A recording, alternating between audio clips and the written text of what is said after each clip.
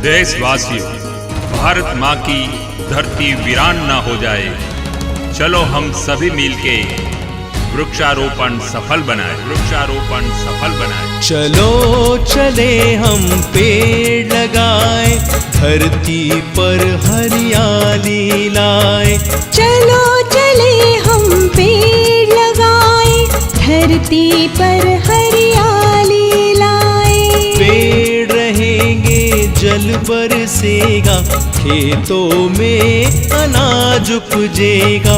बाग बगीचे लहराएंगे, इनसे हम सब फल खाएंगे।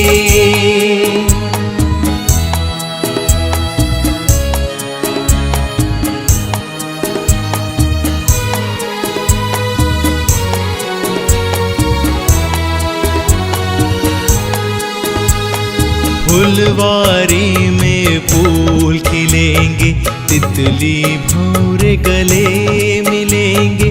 बागों में चिड़िया चहकेगी, डालों पर कोयल कुहकेगी। हो फुलवारी में फूल खिलेंगे, तितली भौरे गले मिलेंगे। बागों में चिड़िया चहकेगी, डालों पर कोयल कूकेगी। हमें मिलेंगी स्वच्छ हवाएं, हमें मिलेंगी स्वच्छ हवाएं, जीवन को जो स्वस्थ बनाए। चलो चले हम पेड़ लगाए, धरती पर हरियाली लाए। आज वृक्ष एक माँ एक पेड़ वृक्ष એવું એક આયોજન કર્યું હતું અને બ્લડ ડોનેશનનું પણ આજ કાર્યક્રમ રાખ્યો હતો. તો સર્વ લોકોએ આમાં અમારી સોસાયટીમાંથી ભાગ લીધો એ બદલ સર્વનો આભાર. જય હિન્દ, જય ભારત.